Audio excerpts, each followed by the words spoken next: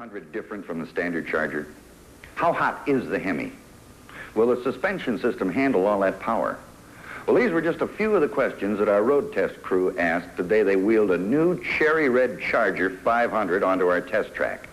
This is obviously the car the Dodge boys designed for Daytona. Most of the supercars we test fall in the intermediate class, but this big full-size sedan tossed out some big surprises. This car would have to be placed somewhere at the top of the supercar ladder. During the time that we had the Charger 500, I couldn't help but ask myself, where do you draw the line? Where does the docility of a street machine end and the fury of a full-blown race car begin? That line seems to be getting narrower each year, and this Hemi Charger is right on the border.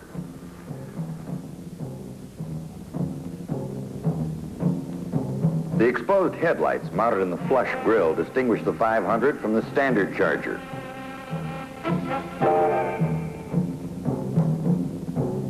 Hood lines remain the same with the sculptured insert panels housing the directional indicators.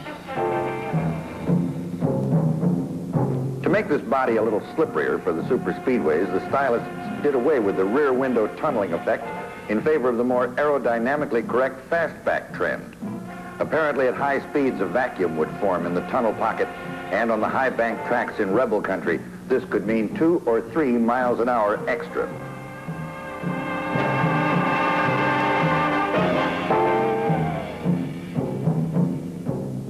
This Charger, like the standard model, rides on a 117-inch wheelbase with a 59.5-inch front tracking width and 58.5 in the rear. With this 4-letter exciter hung on each side, you won't find too many takers at the traffic lights. This is one of the quickest ways I know of to do your thing. 426 cubic inches topped by hemispherical combustion chambers delivering 425 horsepower. That's about 1 horse per cube. And if that doesn't excite you, you better check your pulse.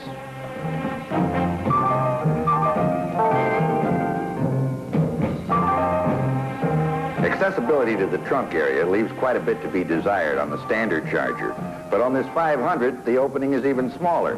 One of the crew members asked, how come they put the glove compartment in the rear?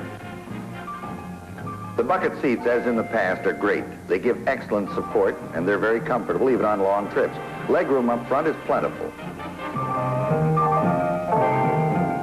This, however, was not the case in the rear. The seating was all right, but you have to find some other place for your legs. But if you are uncomfortable in the rear, all you have to do is look at this beautiful dashboard and you forget all about it. No lights, all gauges. It makes the driver feel kind of necessary. And we still feel that this torque flight transmission is the best in the business.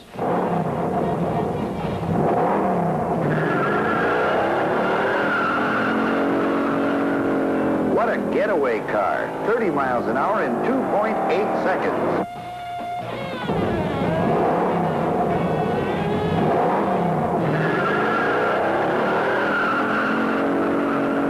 I think it was going 45 miles an hour when we left the line. The clock said 4 seconds flat.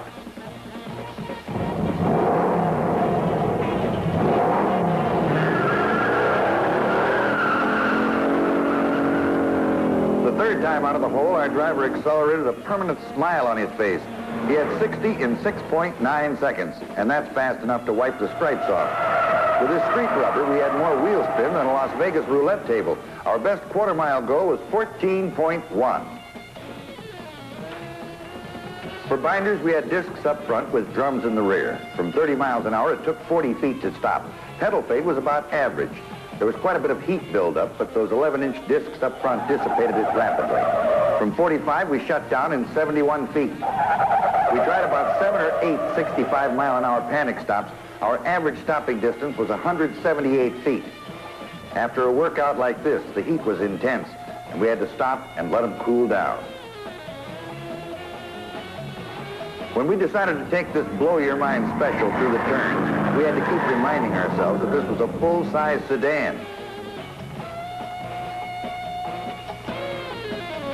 In hard cornering, I gained an all-new respect for this Mopar suspension setup. In the front, they employed wishbones with a big, fat torsion bar. In the rear, leaf springs with a live axle. Chrysler engineers have achieved the delicate balance of excellent handling and a good, comfortable ride. We find that many of the supercars today have a strong, beefy suspension system, and they ride just that way. You get a little bit tired of having your back teeth rattle loose every time you drive over to the corner drugstore. Body roll was not excessive, and recovery out of a drift was excellent. We filmed this 70-mile-an-hour turn in slow motion. You'll notice that coming into the turn at high speed, the front end starts to wash. But with that Hemi Hummer in the forward compartment, you can put your rear end anywhere you want it.